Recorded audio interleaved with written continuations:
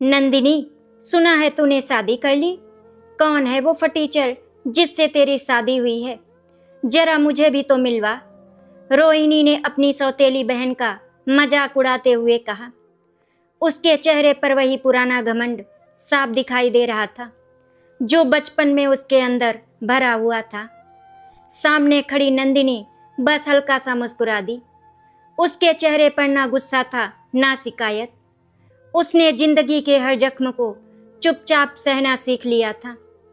रोहिणी को इस बात का बिल्कुल अंदाजा नहीं था कि पिछले 5 सालों में नंदिनी की जिंदगी पूरी तरह बदल चुकी थी। जिस लड़की को कभी इस घर में नौकरानी से भी बदतर समझा जाता था, आज वही एक अरबपति की पत्नी बन चुकी थी।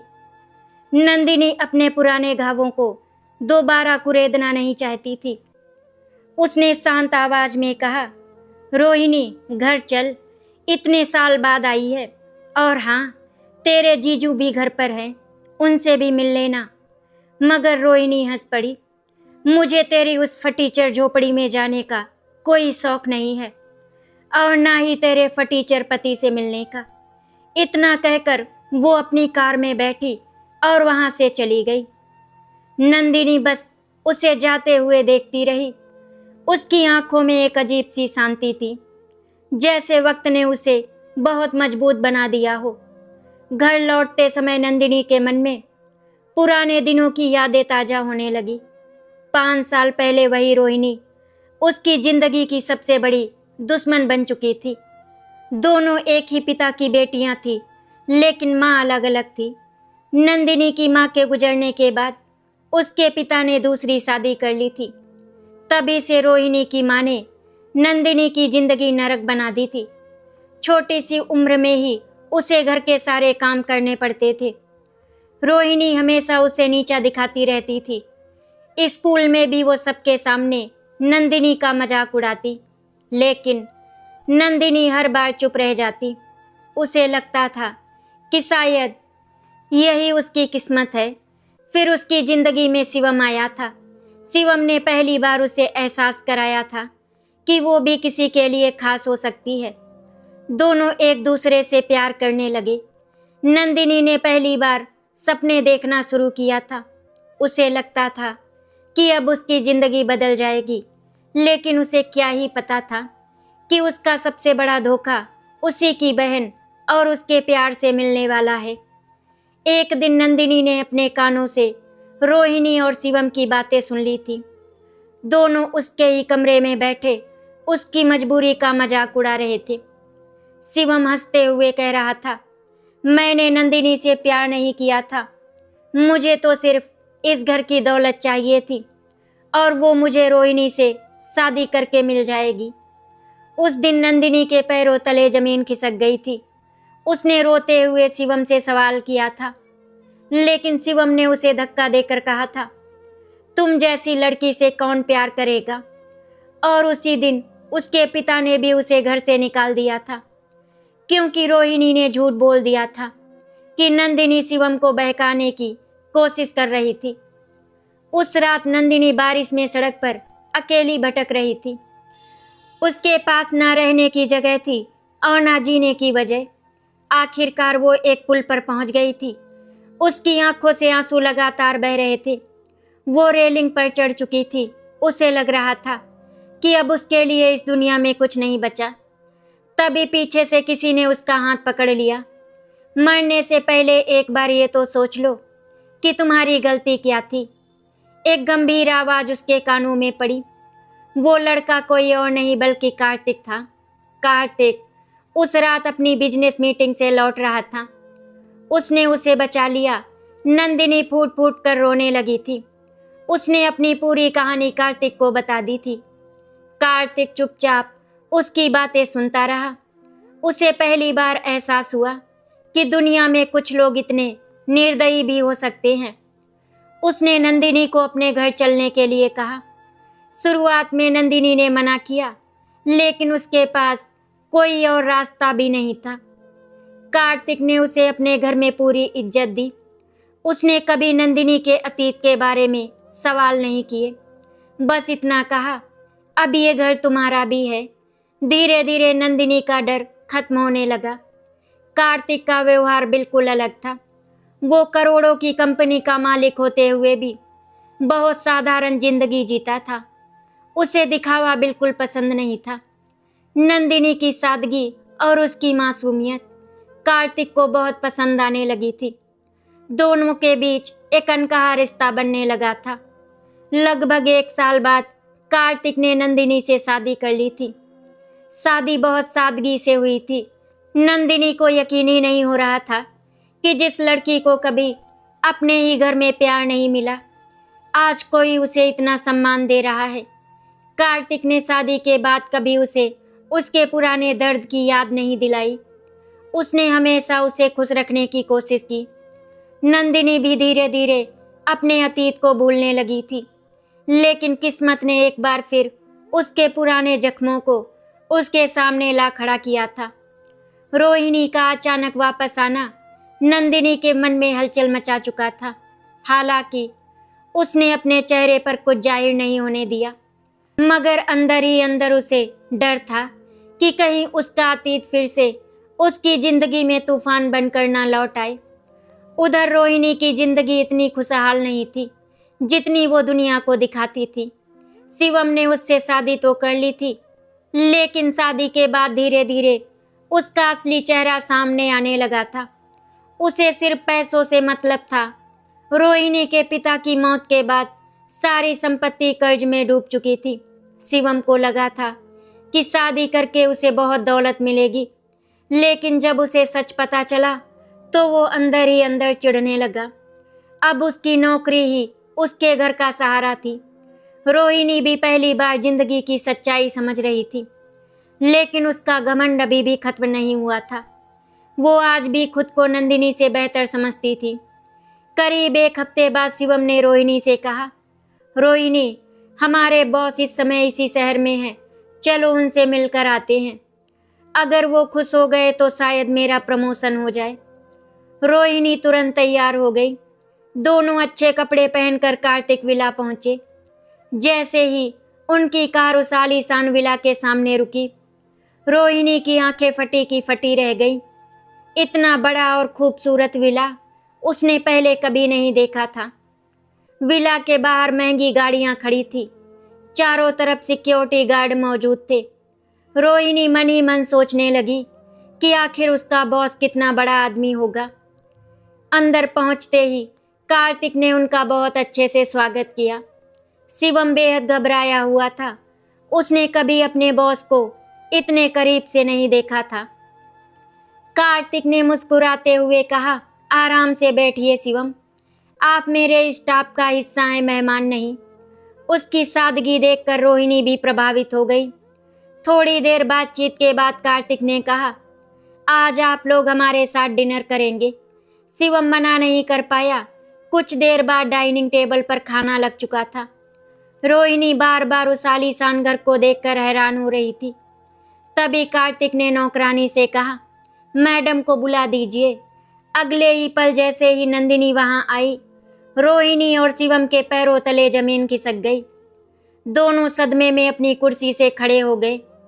कार्तिक मुस्कुराया और बोला, मिलिए, ये है मेरी पत्नी नंदिनी। ये सुनते ही दोनों के चेहरे का रंग उड़ गया। नंदिनी के चेहरे पर हल्की मुस्कान थी। उसने बिल्कुल सामान्य तरीके से कहा, बैठिए ना, खाना ठंडा हो जाएगा। लेकिन रोहिणी और शिवम के गले से निवाला नीचे नहीं उतर रहा था। उनके दिमाग में बस एक ही सवाल घूम रहा था, आखिर ये सब कैसे हो गया। कार्तिक को उनके अतीत की पूरी सच्चाई नहीं पता थी। वो बस इतना जानता था कि नंदिनी को उसके अपने लोगों ने ही धोखा दिया था।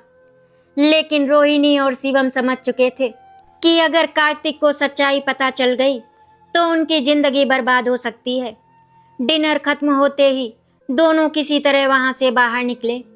बाहर आते ही रोहिणी ने कांपती आवाज में कहा, शिवम, ये सब कैसे हो सकता है? नंदिनी एक अरबपति की पत्नी कैसे बन गई? शिवम के माथे पर पसीना आ चुका था। उसने दबी आवाज में कहा, अगर कार्तिक सर को हमारे बारे में सब पता चल गया तो मेरी नौकरी चली जाएगी, हम बर्बाद हो जाएंगे। दोनों की सांसें तेज हो चुकी थी। उस रात रोहिणी और शिवम पूरी रात सो नहीं पाए। दोनों के दिमाग में सिर्फ नंदिनी और कार्तिक का आलीशान विला घूम रहा था।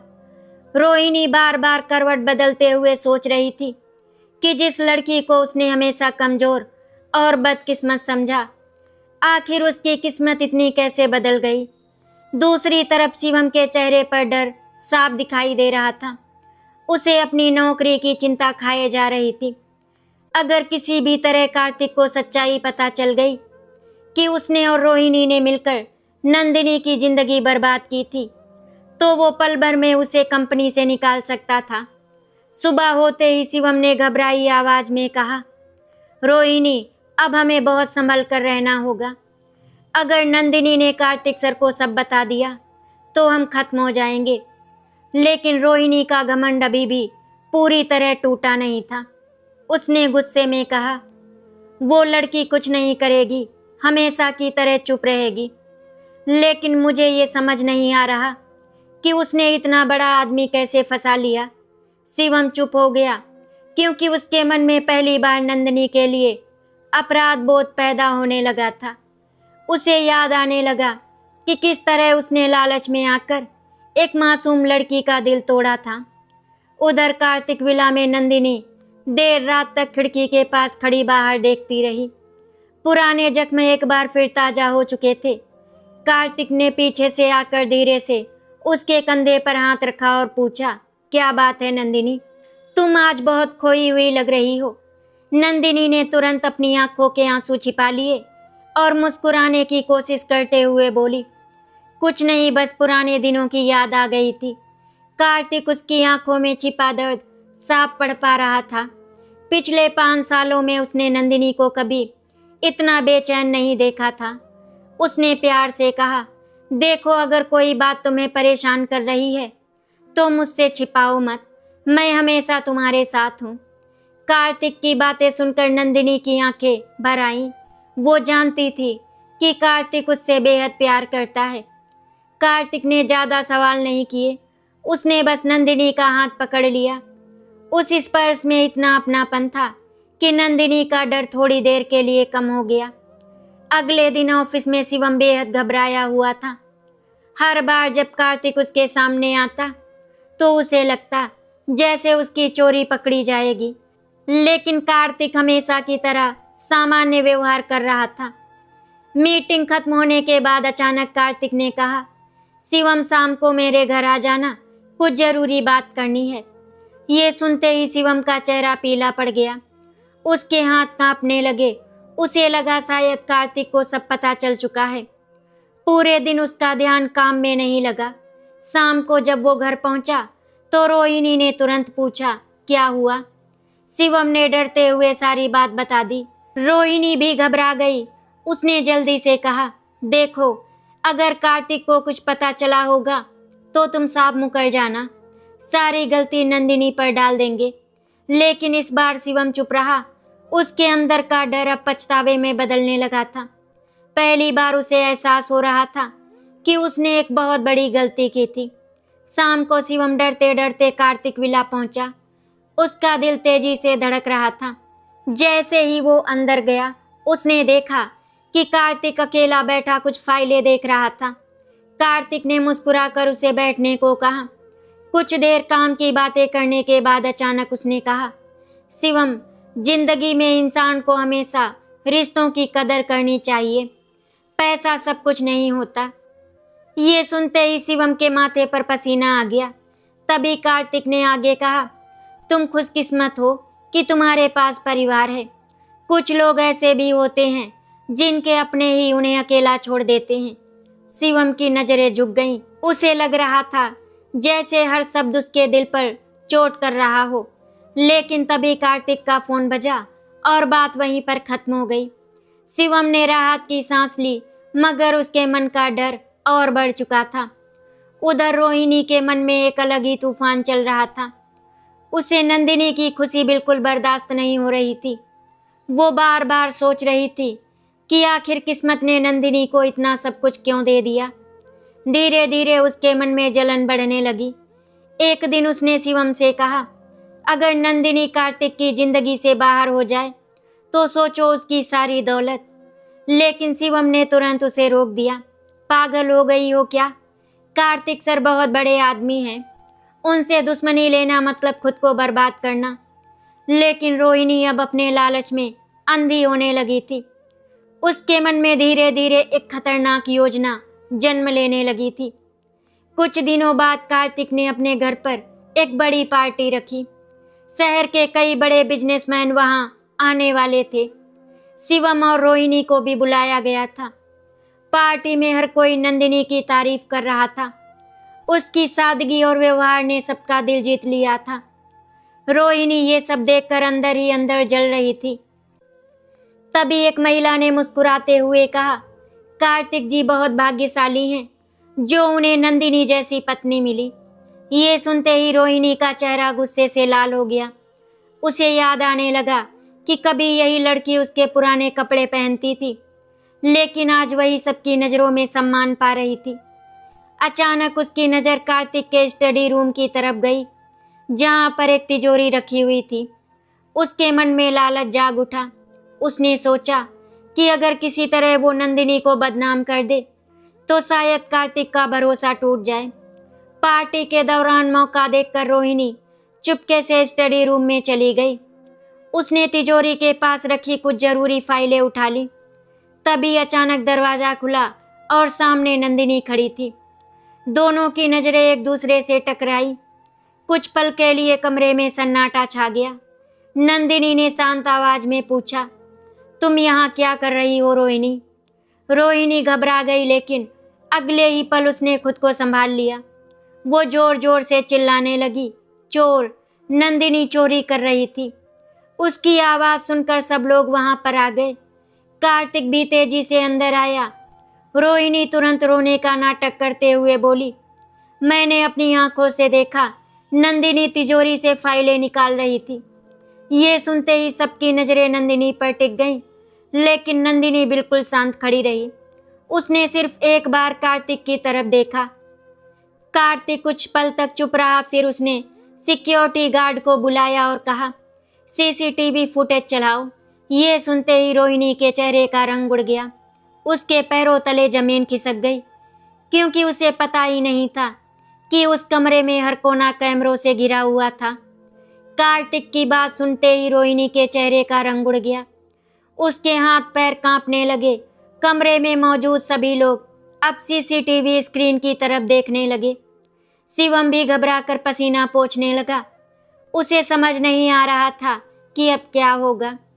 अगले ही पल स्क्रीन पर साफ दिखाई देने लगा कि कैसे रोहिणी चुपके से स्टडी रूम में घुसी थी, कैसे उसने खुद फाइलें उठाई थी और फिर नंदिनी के आते ही उस पर चोरी का इल्जाम लगा दिया। पूरी सच्चाई सबके सामने आ चुकी थी। कमरे में खामोशी छा गई। सभी लोग हैरानी से रोहिणी को देखने लगे। कार्तिक की आंखों में पहली बार गुस्सा दिखाई दे रहा था। उसने धीमी मगर सख्त आवाज में पूछा, ये सब क्या था रोहिणी जी? रोहिणी के पास कोई जवाब नहीं था। उसकी जुबान जैसे बंद हो चुकी थी। वो डर कर शिवम की तरफ देखने लगी, लेकिन शिवम भी सिर झुकाकर खड़ा था। नंदिनी अब भी शांत थी। उसने एक शब्द तक नहीं कहा। उसकी यही खामोशी रोहिणी को अंदर तक बेचैन कर रही थी। कार्तिक ने गहरी सांस लेते हुए कहा, अगर आज कैमरे ना होते तो आप मेरी पत्नी पर चोरी का झूठा आरोप लगा चुकी होती। उसकी आवाज में निराशा थी। वो समझ नहीं पा रहा था कि कोई इंसान इतनी नीच हरकत कैसे कर सकता है। तभी पार्टी में मौजूद एक बुजुर्ग बिजनेसमैन बोले, कार्तिक बेटा, ऐसे लोगों को तुरंत घर से निकाल देना चाहिए। रोहिणी की आंखों से आंसू निकल पड़े। पहली बार उसे सबके सामने अपमान का सामना करना पड़ रहा था, लेकिन उसके अंदर का घमंड अभी भी पूरी तरह खत्म नहीं हुआ था। उसने अचानक गुस्से में कहा, हाँ, मैंने किया ये सब क्योंकि मैं ये बर्दाश्त नहीं कर सकती कि नंदिनी आज इतनी खुश रहे। ये सुनते ही कमरे में सन्नाटा छा गया। शिवम ने तुरंत उसका हाथ पकड़कर चुप कराने की कोशिश की, मगर अब बहुत देर हो चुकी थी। रोहिणी की आंखों में वर्षों की जलन साफ दिखाई दे रही थी। उसने नफरत भरी नजरों से नंदिनी को देखते हुए कहा, ये लड़की हमेशा से बदकिस्मत थी, इसे ये सब नहीं मिलना चाहिए था। कार्तिक हैरानी से सब सुन रहा था। पहली बार उसे एहसास हुआ कि नंदिनी के अतीत में बहुत गहरा दर्द छिपा हुआ है। उसने धीरे से पूछा, नंदिनी आखिर बात क्या है? नंदिनी कुछ पल चुप रही। उसकी आंखों में पुराने जख्म तैरने लगे। उसने कभी नहीं चाहा था कि उसका अतीत दोबारा सामने आए, लेकिन आज हालात उसके हाथ से निकल चुके थे। उसने धीमी आवाज में कहा, छोड़ दीजिए कार्तिक, पुरानी बातें हैं। मगर रोहिणी अचानक चीख पड़ी, हाँ बता दे सबको, बता दे कैसे मैंने और शिवम ने तुझे धोखा दिया था। ये सुनते ही कार्तिक की नज़र तुरंत शिवम पर गई। शिवम का सिर शर्म से झुक चुका था। अब उसके पास छिपाने के लिए कुछ नहीं बचा था। उसने कांपती आवाज में कहा, सर मुझसे बहुत बड़ी गलती हो गई थी। और फिर धीरे धीरे उसने पूरी सच्चाई बता दी। कैसे उसने लालच में आकर नंदिनी के प्यार का इस्तेमाल किया, कैसे उसने रोहिणी के साथ मिलकर उसे घर से निकलवा दिया, और कैसे उस धोखे की वजह से नंदिनी आत्महत्या करने जा रही थी। सच्चाई सुनते ही कार्तिक की आंखें गुस्से से भर उठी। उसने कभी सोचा भी नहीं था कि उसकी पत्नी ने जिंदगी में इतना दर्द सहा है। उसका दिल टूट गया। वो नंदिनी की तरफ देखने लगा, जो चुपचाप आंसू बहा रही थी। कार्तिक धीरे धीरे उसके पास गया और उसका हाथ पकड़ लिया। उसकी आवाज भर्रा गई, तुमने ये सब अकेले सहा और मुझे कभी बताया भी नहीं। नंदिनी की आंखों से आंसू बह निकले। उसने धीरे से कहा, मैं आपका प्यार खोना नहीं चाहती थी। मुझे डर था कि कहीं मेरा अतीत हमारी जिंदगी खराब ना कर दे। ये सुनते ही कार्तिक ने उसे अपने सीने से लगा लिया। वहां मौजूद हर व्यक्ति की आंखें नम हो गईं। पहली बार सबको एहसास हुआ कि नंदिनी कितनी मजबूत लड़की है। उधर शिवम अब पूरी तरह टूट चुका था। उसे अपने किए पर बेहद पछतावा हो रहा था। उसने कार्तिक के सामने हाथ जोड़ दिए। सर मुझे माफ कर दीजिए, मैंने लालच में आकर बहुत बड़ा पाप किया था। लेकिन कार्तिक का गुस्सा शांत नहीं हो रहा था। उसने सख्त आवाज में कहा, जिस इंसान ने एक मासूम लड़की की जिंदगी बर्बाद करने की कोशिश की, वो भरोसे के लायक नहीं हो सकता। शिवम की आंखों से आंसू निकल पड़े। उसे समझ आ गया था कि अब उसकी नौकरी बचना मुश्किल है। लेकिन तभी नंदिनी ने धीरे से कहा, कार्तिक इन्हें जाने दीजिए। सब हैरानी से उसकी तरफ देखने लगे। इतने बड़े धोखे के बाद भी उसके मन में नफरत नहीं थी। कार्तिक ने आश्चर्य से पूछा, तुम इन लोगों के लिए बोल रही हो? नंदिनी ने शांत आवाज में कहा, अगर मैं भी नफरत पाल लूंगी तो फिर इनमें और मुझ में फर्क क्या रह जाएगा। रोहिणी ये सब सुनकर अंदर तक हिल गई। जिस बहन को उसने जिंदगी भर अपमानित किया, वही आज उसके लिए दया दिखा रही थी। उसके मन में पहली बार शर्म पैदा हुई। रोहिणी की आंखों से आंसू बहने लगे। वो धीरे धीरे नंदिनी के सामने आकर खड़ी हो गई। उसकी आवाज कांप रही थी, मैंने तेरे साथ बहुत गलत किया नंदिनी। शायद भगवान मुझे कभी माफ नहीं करेगा। ये सुनते ही नंदिनी की आंखें भी भर आईं, मगर उसके दिल के पुराने जख्म इतने गहरे थे कि वो तुरंत कुछ नहीं बोल पाई। पार्टी खत्म होने के बाद कार्तिक देर रात तक सो नहीं पाया। उसके मन में बार बार वही बातें घूम रही थी। उसे खुद पर गुस्सा आ रहा था कि उसने कभी नंदिनी के दर्द को समझने की कोशिश क्यों नहीं की। अगली सुबह उसने एक बड़ा फैसला लिया। ऑफिस पहुंचते ही उसने शिवम को अपने कैबिन में बुलाया। शिवम डरा हुआ अंदर आया। उसे यकीन था कि आज उसकी नौकरी खत्म हो जाएगी, लेकिन कार्तिक ने शांत आवाज में कहा, तुम्हारी गलती बहुत बड़ी थी शिवम, लेकिन मैं तुम्हें नौकरी से नहीं निकालूंगा। शिवम हैरान रह गया। कार्तिक ने आगे कहा, यह फैसला मेरा नहीं नंदिनी का है। उसने तुम्हें माफ कर दिया है। ये सुनते ही शिवम की आंखों से आंसू बह निकले। उसे पहली बार एहसास हुआ कि इंसान की असली अमीरी पैसे में नहीं बल्कि दिल में होती है। उसी शाम कार्तिक को एक अनजान नंबर से फोन आया। फोन उठाते ही सामने वाले ने कहा, कार्तिक जी, आपको लगता है कि नंदिनी के अतीत की पूरी सच्चाई आपको पता चल चुकी है। लेकिन असली राज अभी बाकी है। ये सुनते ही कार्तिक के चेहरे का रंग बदल गया। उसने तुरंत पूछा, कौन बोल रहा है? मगर सामने वाले ने फोन काट दिया। कार्तिक की धड़कनें तेज हो चुकी थी, क्योंकि उसे पहली बार एहसास हुआ कि नंदिनी की जिंदगी में अभी भी कोई ऐसा राज छिपा है जिसके बारे में वो कुछ नहीं जानता। फोन काटते ही कार्तिक कुछ देर तक मोबाइल को घूरता रहा। उसके मन में बेचैनी बढ़ती जा रही थी। आवाज किसी अनजान आदमी की थी, लेकिन उसके शब्दों में ऐसा आत्मविश्वास था जैसे वो नंदिनी के अतीत का हर सच जानता हो। कार्तिक ने तुरंत उस नंबर पर दोबारा कॉल किया, मगर फोन बंद जा रहा था। दूसरी तरफ नंदिनी ने महसूस कर लिया था कि कार्तिक किसी बात को लेकर परेशान है। उसने कई बार पूछने की कोशिश की, लेकिन कार्तिक हर बार बात को टाल देता। वो नहीं चाहता था कि बिना पूरी सच्चाई जाने वो नंदिनी को और परेशान करे, मगर उसके मन में एक डर लगातार बढ़ता जा रहा था। कहीं ऐसा तो नहीं कि नंदिनी ने उससे कोई बहुत बड़ा सच छिपाया हो।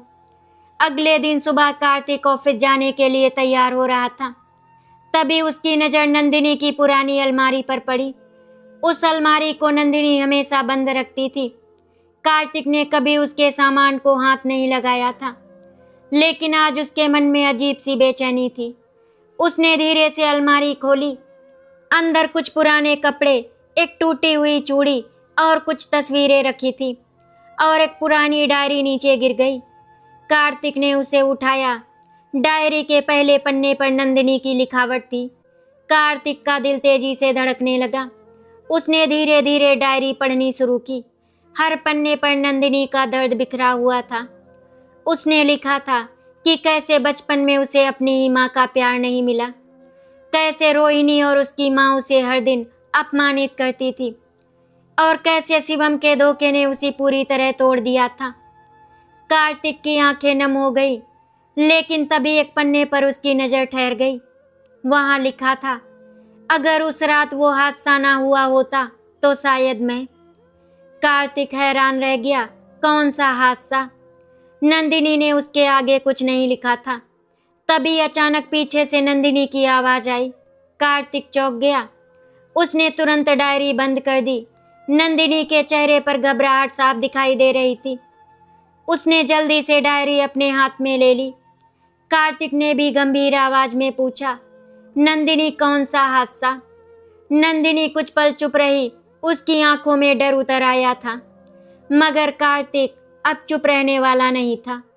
उसने प्यार से उसका हाथ पकड़ते हुए कहा, मैं तुम्हें अकेले कुछ नहीं सहने दूंगा। ये सुनते ही नंदिनी की आंखें भर आई। उसने कांपती आवाज में कहा, 5 साल पहले जब मुझे घर से निकाला गया था, उस रात सिर्फ मेरा दिल ही नहीं टूटा था, मेरे साथ एक हादसा भी हुआ था। कार्तिक की सांसें थम गईं। नंदिनी की आवाज कांप रही थी। मैं बारिश में सड़क पर भटक रही थी। तभी कुछ लोगों ने मेरा पीछा करना शुरू कर दिया था। अगर उस रात आप सही समय पर नहीं पहुंचते तो शायद मैं जिंदा नहीं बचती। ये सुनते ही कार्तिक के अंदर गुस्से की आग भड़क उठी। उसे एहसास हुआ कि नंदिनी ने सिर्फ धोखा ही नहीं, बल्कि मौत जैसा डर भी सहा था। उसी समय कार्तिक का फोन फिर बजा। इस बार कार्तिक ने फोन तुरंत उठाया। सामने वाले ने धीमी आवाज में कहा, अब समझ आएगा कि नंदिनी ने आपसे कितना कुछ छिपाया है। कार्तिक गुस्से में बोला, कौन हो तुम?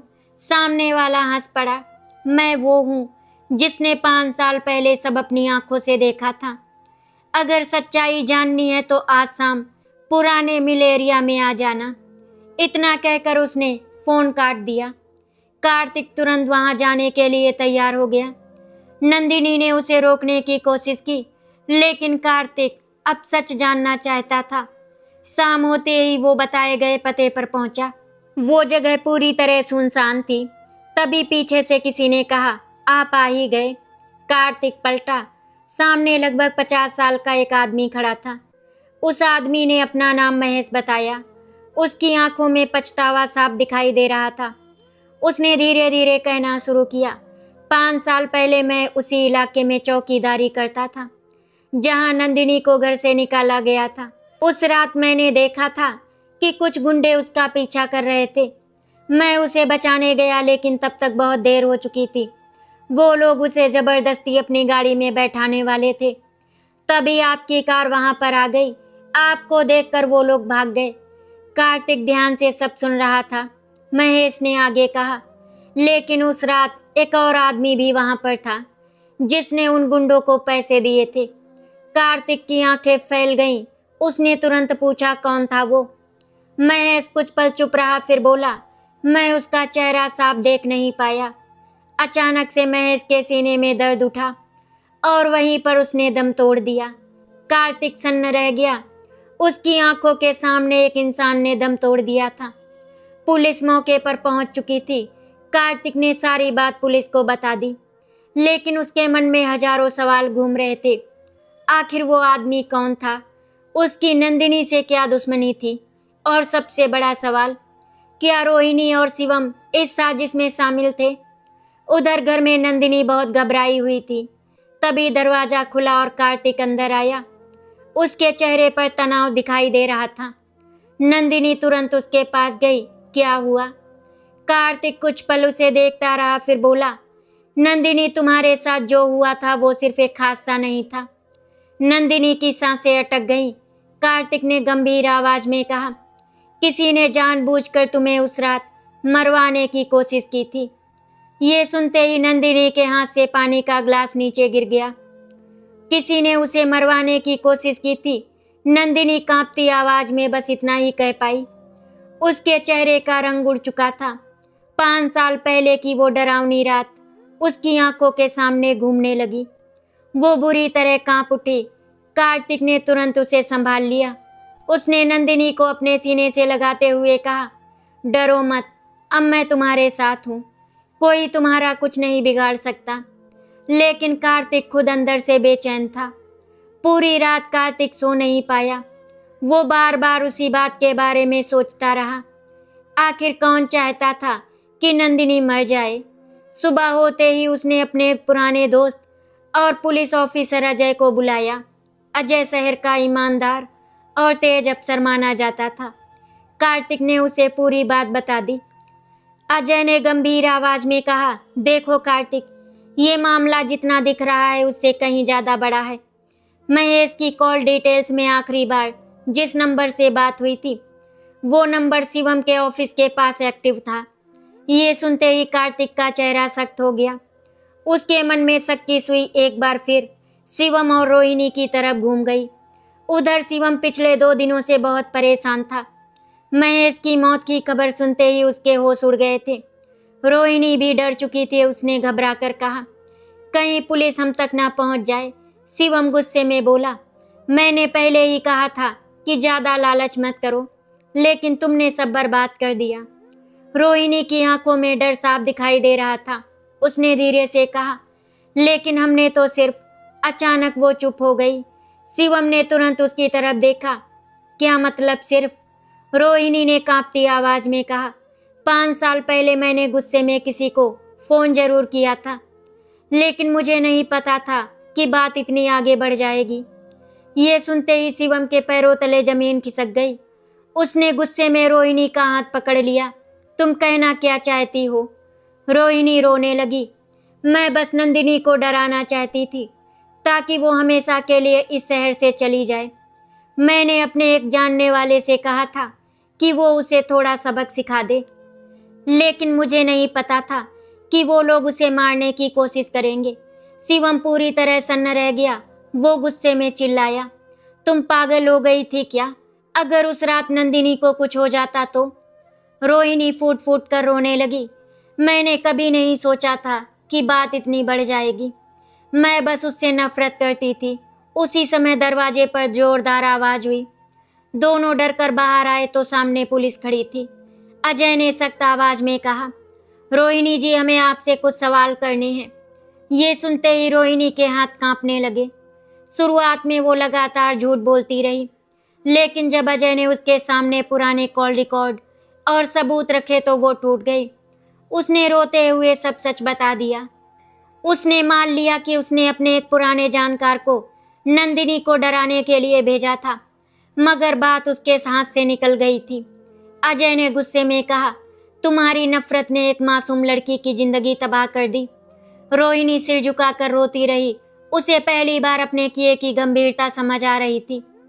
उधर शिवम भी शर्म से टूट चुका था। उसे लग रहा था कि अगर उसने लालच में आकर नंदिनी को धोखा ना दिया होता तो शायद ये सब कभी नहीं होता। जब कार्तिक और नंदिनी को पूरी सच्चाई पता चली तो दोनों कुछ देर तक चुप रह गए।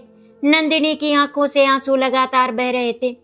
उसे विश्वास नहीं हो रहा था कि उसकी अपनी बहन उससे इतनी नफरत कर रही थी। कार्तिक का गुस्सा अब भी शांत नहीं हुआ था।